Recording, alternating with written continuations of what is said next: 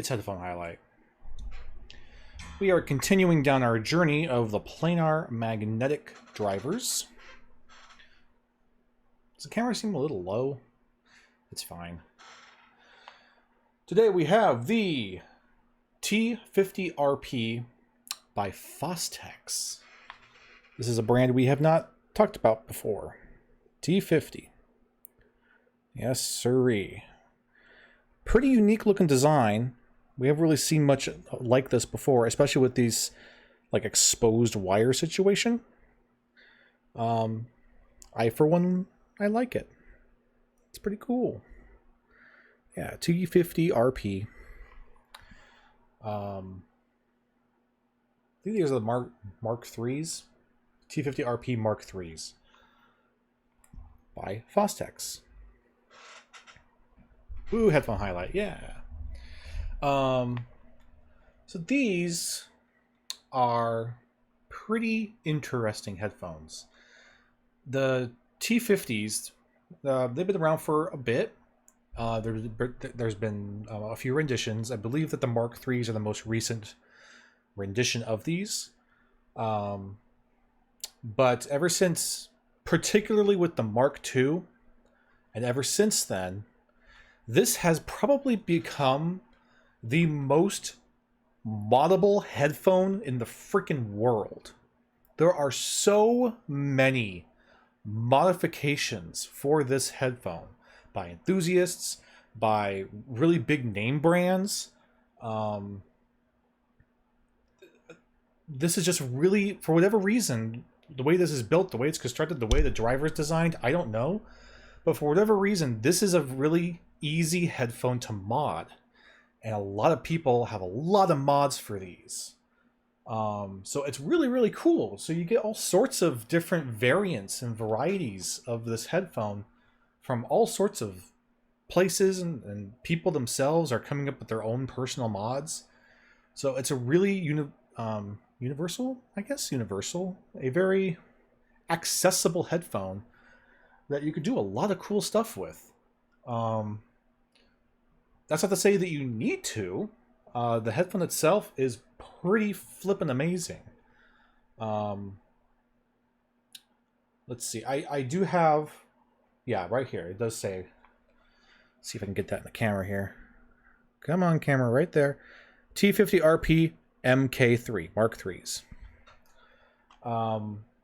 In fact, I have a mod on this pair right now. It's a very simple mod, but it's a mod.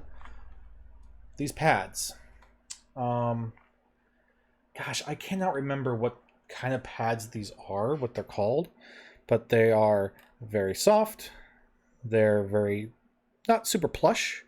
They're more of a fabric than they are, you know, a microfiber or a velour. They're just kind of a soft fabric, but they are perforated. Freaking mods, man. Hell yeah. So yeah, simply swapping out the pads is a mod for this headphone. It changes your sound signature. Yeah, they're very plushy. Exactly, that's a good word. They're very plushy pads. They are. They feel very, very nice. Because really the only downside to this headphone right out of the box is the pads it comes with. The pads that it comes with are pretty awful. They're very, very thin. They're made of that really, really cheap kind of fake leather that just crumbles to dust after a while. They're terrible. So swapping out the pads is almost... I guess they're not a requirement, but I would highly recommend swapping out pads for these. I wish I could remember what pads these are. I think they're Shure pads of some kind. I don't remember. But they're really nice pads, and they help a lot. So here's how it looks on the head. You'll probably see this wire again, black and red coiled wire, which of course means we have a single entry, 3.5 millimeter audio jack termination. So hooray, easily accessible. replacement for the cable. However, a little bit of an asterisk on this.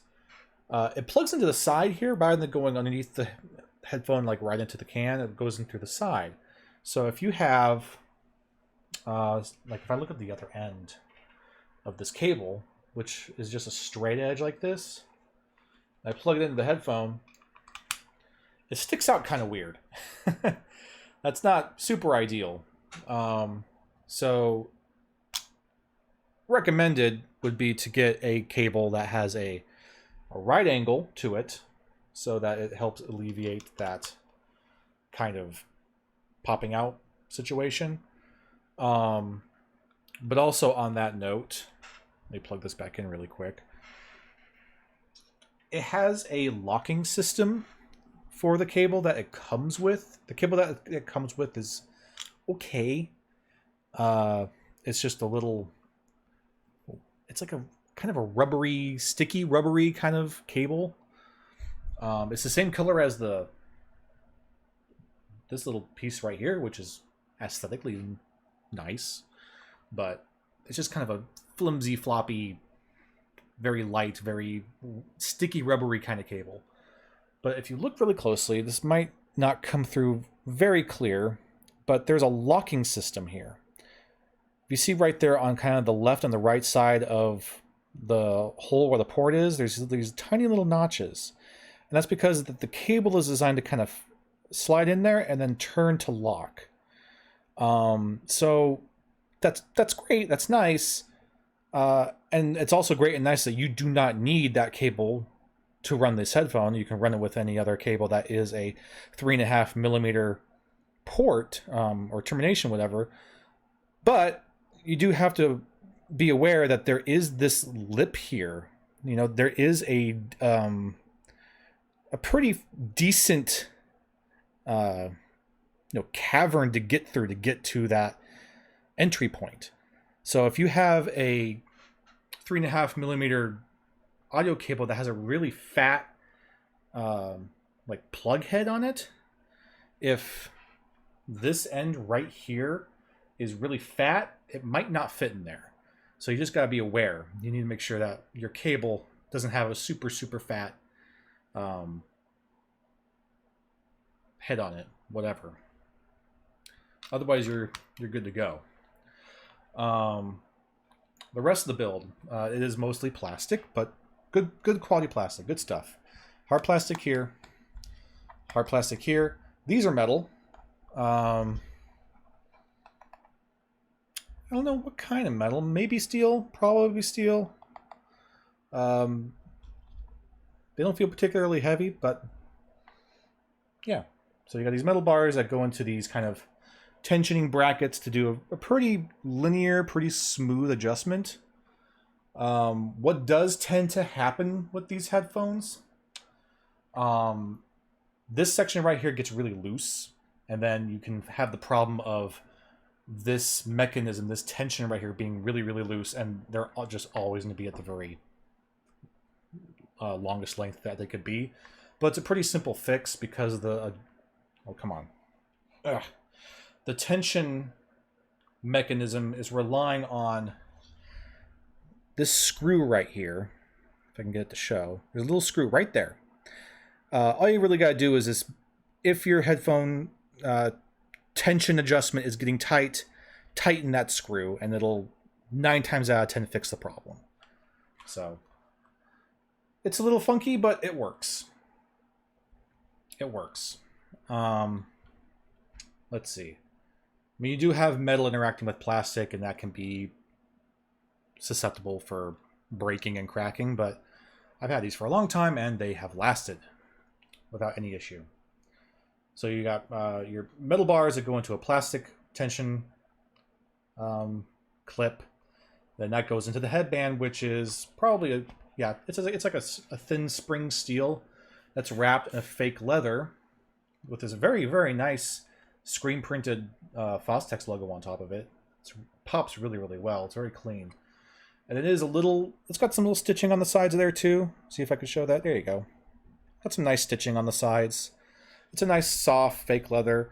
Then the underside is How would I explain that? Just, I don't know, just a really soft, squishy pad. It's not a whole lot of padding. It's, you know, pretty minimal padding, but the padding that is there is quite soft. It's very nice. I have no complaints. And then again, the pads that these come with, kind of garbage. That would be the downside of the build for me, would be the pads. But you swap out the pads and you're good to go.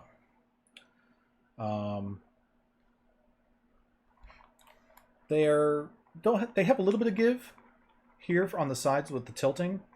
So it's not a super linear, it's only going to fit this way. It will kind of form to your head a little bit, which is always nice.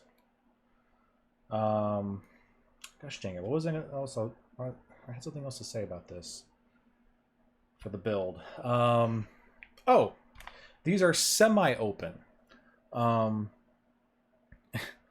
Their method of doing this is a little strange, but there are T50, T40 RPs, T20 RPs. I guess there's T30 RPs, though I don't know if I've ever really heard anyone talk about those. And the difference between them is you got one that's fully closed, one that's fully open, one that is semi-closed.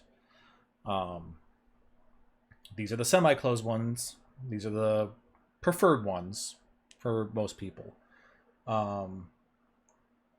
It's not going to show up very well, but the way that they get away with this is they use the same cup on all different kinds, all versions of this model of headphone. But when they have what they do with, say, this version, the T50s, is these little slots right here. You see that? You got like 4 slots here, and there's even some more here back behind the metal bars. These slots here are solid. There's nothing going through them, but these slots down here are open. So that's closed, but that's open. So they are semi-open headphones. And one of the versions, I don't know, I think the 40s, both sides are open. Maybe it's the 20s, I don't know. And then another version, both sides are closed. So that's their method of kind of using the same mold for the cups, but having some variety there. What else? I think they're built great. I think they have a great build. They can feel a little kind of wobbly, I suppose, but in your hand they feel pretty robust. On your head, they feel substantial. They're not super heavy. Again, planar magnetic headphones tend to be on the heavier side because magnets. But these are nice. These don't feel very heavy. The clamp force is very acceptable. It's not too hot. It's not too painful on the clamp. I'm confident they're not going to fall off my head. It's nice. Very good, even pressure for the clamp force. Well, if we're going to talk about clamp force, I guess we should jump into comfort. So I think these are quite comfortable with the pads. Without the pads, the default pads are pretty bad in general, but they're also pretty bad with comfort. But with these pads, these are very nice. The pads don't really surround my entire ear, so I am kind of running into the same, not the same, but a similar problem that I had with the Bear Dynamics, where my ear, rather than it fitting perfectly within the inside of the pad here, just like the very tippy top of my ear and the very bottom of my ear are just barely touching the top and bottom of the pad.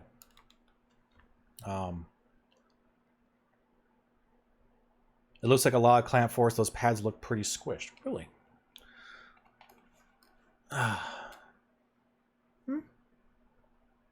Doesn't really feel it. there's still quite a lot of give here. So I don't know.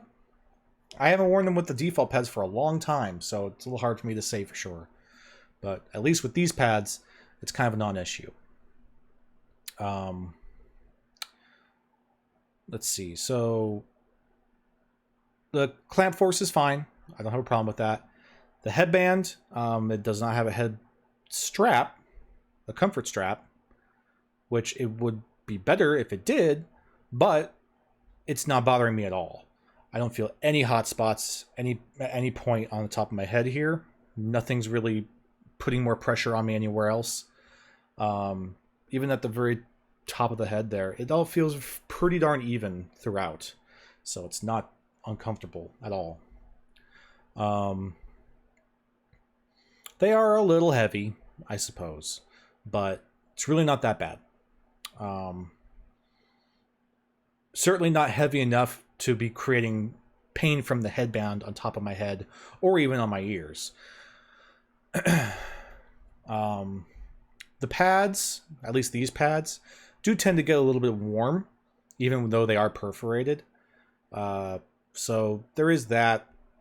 You could, after prolonged times wearing these, could suffer from a little bit of sweaty ear, but it's got to be quite a while. I mean, I've been wearing these for over an hour now, and my ears are still perfectly fine. So yeah, they're pretty darn comfortable. On our cloud system scale, where do they fit? They're pretty close to the Sennheisers, but I would say probably a little bit more comfortable. With, you know, more comfortable than the Jubilees or the 6XXs. So I'll give them a 6.5, maybe 7. Yeah, we'll go with 6.5. We'll go with 6.5. Perfectly reasonable. I don't have any complaints about it. Yeah, it could be more comfortable, but I mean, for what you're getting out of this, it's excellent. It's excellent comfort. So, good job. How do they sound? So, one thing I will mention right off the bat, these are very difficult to drive headphones. You need to have a lot of power. These are not headphones that you could plug into your phone and listen to. You're to be pretty sad if you try and do that. I mean, hell, setting everything up today for the stream, I had them plugged in, and I had my amplifier set to 1 gain, which is the lowest gain setting that my amplifier has. And I had my dial, you know, at like 1 or 2 o'clock, and I put these on, and I started the game up. I'm like, where's my audio? Why can't I hear anything? What's going on? Is it muted? What's going on? It's because these need more power. What was I listening to? Oh, well, another pair of headphones that we'll mention later, which are another planar headphone. But I had those on earlier, and using the same audio volume settings, same power settings for those headphones with these, I literally couldn't hear anything. It was just silence. It tripped me up. So yeah, these require power for sure. Right now I have them on 2 gain at 12 o'clock, so that's quite a bit of power. So you gotta be aware of that. If you want to get these headphones, you need something with power. You need an amplifier. But if you got that, they're kick-ass headphones. They're super, super sharp. They're super, super fast, snappy. They got a good thumping low end, but it's a very clean low end. These are probably mostly mid-range present. I mean, obviously, by this point, you probably see I have a bit of a flavor for that. The high end, the treble range, never peaks. It's never killing you. You're never hitting sibilants. You're never hitting, something super hot. But it's very snappy, very fast, very crisp, and what's the word? Imaging. Good imaging. Very good very good isolation and very good imaging. These are a fantastic entry-level planar headphone. What was it? We did the yeah, right. We did the HE4XXs first, and then we did the HE35Xs. I would still probably say that the 4XXs are a better bang for your buck headphone than these are at default. And I would still probably say that if you want to have just a good entry-level planar headphone to just have and enjoy forever, you're probably going to want a 4XX more than you are going to want a T50.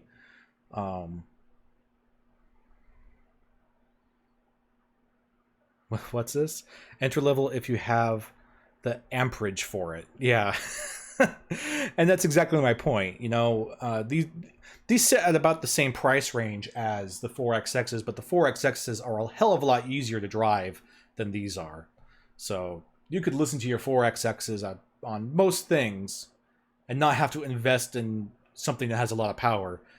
You really need power for these. So yeah, the headphones are the same price, but what else do you have to invest in, right? So that's why I would say that the 4XXs are still the better entry-level headphone for planar magnetics. But these are super fun, super cool. And the modding for these is nutso. It's wonderful, really. It really is, because you got people. It's like having especially now that so many people have 3D printing technology, there's so much crap you can do to these things now. It's super, like, adult Legos kind of fun, right? It's just super cool stuff you can do. And because of that, as we keep going down the row of planar magnetic headphones, we're going to see a number of things that look like this, because I have a number of mods. It is what it is. They're super cool headphones that have a lot of crazy good potential, and there's a lot of crazy smart people out there finding ways to make them reach their potentials. But again, that's not to say that you need to have a modified version of these to enjoy them. They sound great on their own. They just can sound crazy good with some good proper mods. So yes, this is a modded series. This is going to kind of be like our COS headphone series, where I just had a whole bunch of COS headphones. I was just like, look at this one, look at this one. Kind of the same thing here. We're going to be looking at a bunch of Fostex headphones the next couple of weeks. But I'm dedicating I'm dedicating a highlight to every one of them, rather than showing them all off individually in one stream like we did with the COS, because they all deserve their own spotlight, because they're all unique enough and amazing enough that they deserve their own spotlights. So yeah, great. T50s. They're awesome. Awesome headphones. They're pretty easy to find. You can find them, I think even at like Guitar Center kind of place you can find them. They're great, but you gotta power them. So yeah, good stuff, man. I really dig them. Let's get back to the game. Ba-ba. Boom.